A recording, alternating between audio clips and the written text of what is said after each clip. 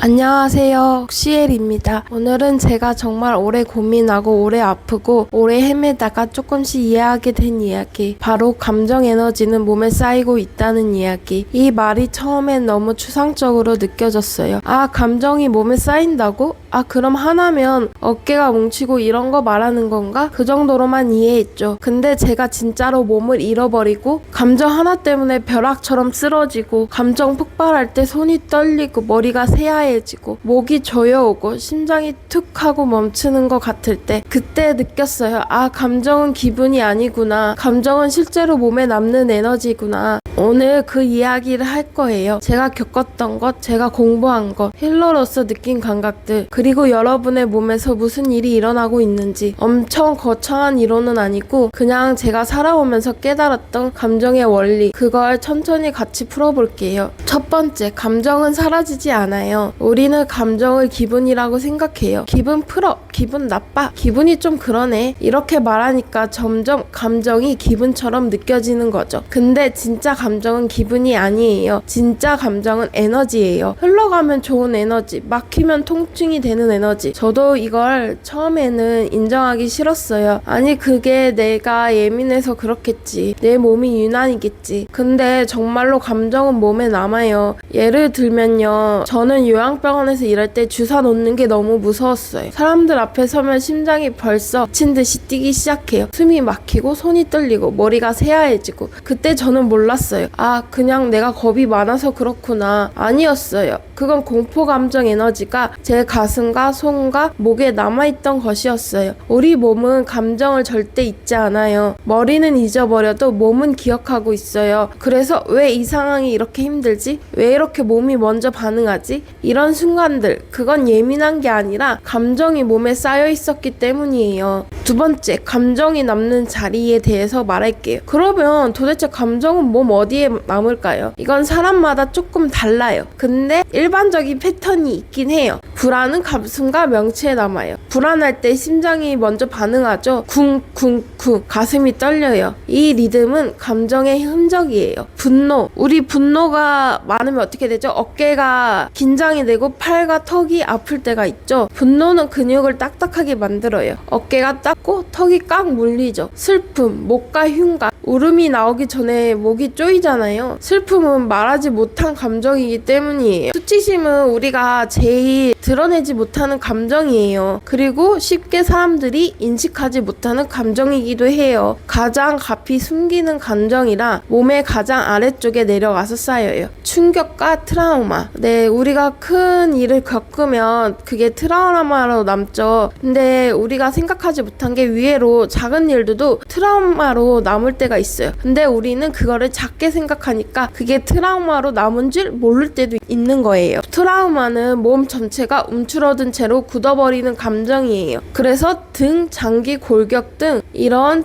전체적인 몸의 골격 자체가 몸 전체에 감정이 남아요. 감정은 절대 사라지지 않아요.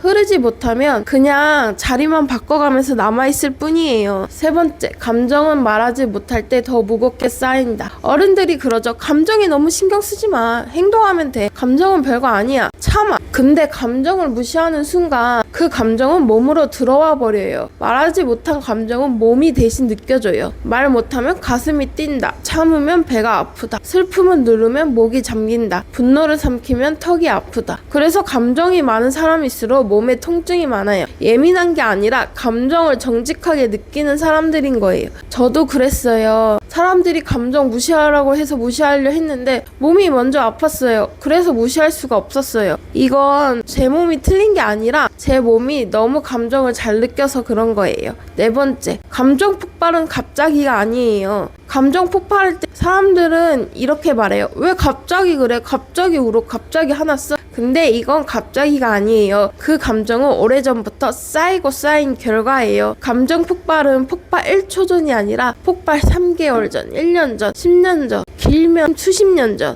그때부터 시작된 거예요. 감정은 쌓이고 그릇이 넘치기 직전까지 참고 견디다가 마침내 터지는 거예요. 그러니까 감정 폭발은 나쁜 게 아니라 오히려 몸이 이제 정말 위험해, 나는 더 이상 버틸 수가 없어 라고 신호를 주는 마지막 메시지예요. 다섯 번째, 감정 식사, 감정 폭식. 제가 폭식을 할 때 절대 배가 고파서 먹은 게 아니었어요. 그때 저는 몰랐죠. 아, 그냥 내가 충동성이 강한가 보다. 참을성이 없나 보다. 의지가 약하나 보다. 근데 알고 보니 폭식은 음식 문제가 아니라 감정이 쌓여 터지는 형태였어요. 불안하면 단 게 땡기고, 슬프면 약간 부드러운 음식이 땡기고, 화가 나면 매운 것 같이 자극적인 음식이 땡기고, 긴장하면 그냥 빨리 막 먹어요. 감정이 몸에 쌓이니까 몸은 그 감정을 음식으로 잠시 눌러버리려 했던 거예요. 폭식은 의지 부족이 아니에요. 폭식은 감정 처리를 실패한 결과예요. 폭식은 감정이 몸에서 나가고 싶어 하는데 몸에서 내보내지 않으니까 일어나는 거예요. 그래서 감정 식사라는 건 음식이 아니라 내가 어떤 음식을 먹을 때 어떤 감정으로 먹는지 감정을 읽어나가는 거예요. 6번째, 감정한테는 말이 없다. 감정은 말을 못해요. 말을 못하니까 몸으로 말하는 거예요. 몸이 뛰고 떨리고 울리고 지고 움츠리고, 우리는 몸이 아파서 병원 가면 검사 결과는 정상입니다를 그럼 더 혼란스러워요. 근데 정상인 게 맞아요. 몸은 기계 고장이 아니라 감정 에너지의 흔적인 거예요. 몸은 나 지금 아파요. 나 너무 힘들어요. 정말 무서웠어요. 이걸 감정 대신에 말해주는 거예요. 7번째, 감정이 몸에 박히는 순간. 감정이 몸에 박힐 때는 보통 3가지 상황이에요. 감정 표현이 금지될 때. 사회에서는 감정을 억압하는 게 좋다고 말을 해요. 그리고 그렇게 가르치죠. 가족, 회사 관계에서 감정을 말할 수가 없어요. 내 감정을 숨겨야 할 때가 너무 많아요. 그래서 감정 표현이 금지될 때, 억압되면 감정이 몸에 박혀요. 감정이 너무 크고 갑작스러울 때. 우리가 가끔씩 살면서 엄청난 큰 일을 당할 때가 있죠.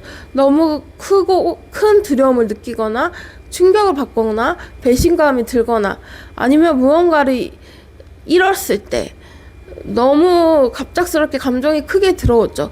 그때 몸에 박혀요. 감정을 스스로 이해할 수 없을 때. HSP, 엠파스가 이 케이스가 많아요. 저는 부모님께 감정 표현을 못했어요. 예민하다.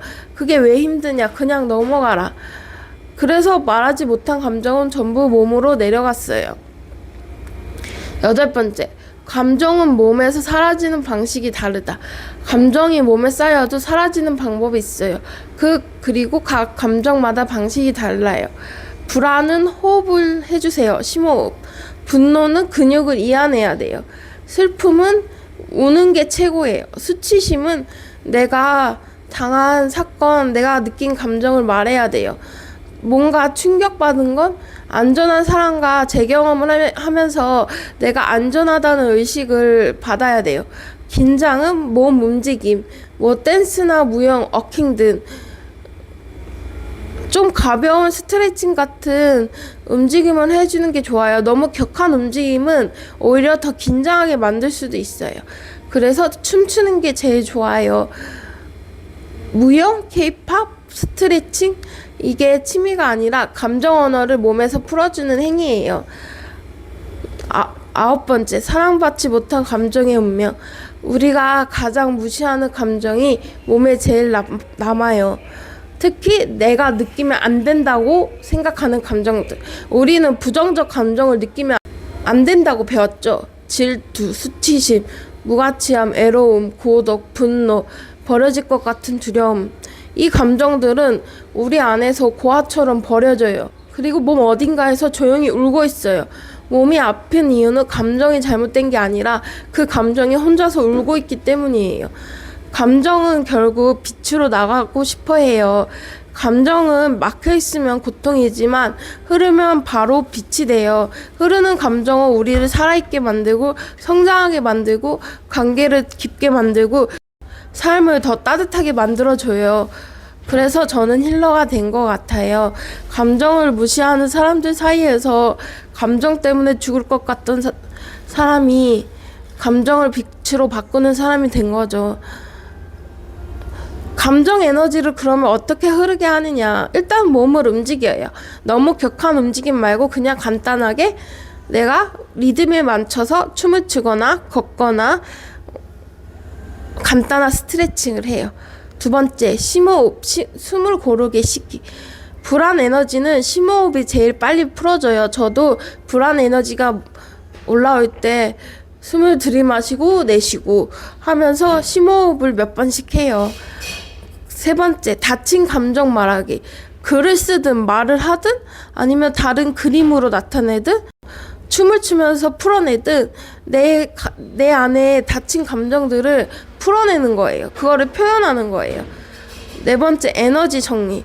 감정은 몸에 에너지로 남는다고 했잖아요. 그러니까 에너지를 정리할 수 있는 명상이나 뭐 싱잉볼 같은 소리를 듣거나 제가 하고 있는 네이키를 하거나 그러면 에너지가 정리가 되죠. 다섯 번째, 감정 식사. 먹고 싶은 음식을 왜 먹고 싶은지 한번 내 감정을 탐구해봐요. 감정은 잘 다루는 게 아니라 잘 흐르게 하기 위한 게 정답이에요. 그래서 내가 어떤 감정을 느끼고 어떨 때 내가 이 행동을 하고 싶어 하는지 그걸 한번 우리가 느껴서 글로 써봐요. 그게 도움이 많이 돼요. 이제 마무리 할게요. 여러분, 별아님들, 감정은 사라지지 않아요. 우리가 모른 척하면 몸이 대신 느껴져요. 그래서 감정 많은 사람, 예민한 사람, 몸이 아픈 사람들은 고장난 게 아니라 감정을 정직하게 느끼는 사람들이에요. 그리고 그런 사람들이 세상을 더 따뜻하게 만들어요. 그리고 감정을 억압하고 잘 느끼지 않는 둔한 사람들도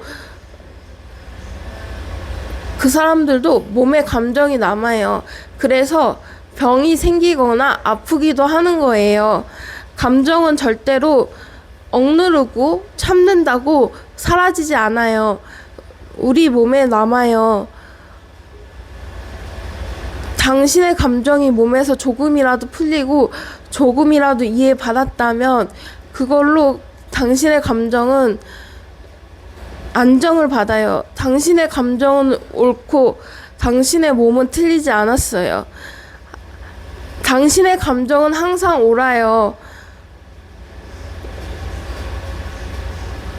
저도 감정 에너지가 많이 쌓여서 지금 회복하면서 풀고 있어요. 우리 같이 감정 에너지를, 고통스러운 감정 에너지를 빛으로 바꿔나가요. 그러면 다음에 뵙겠습니다.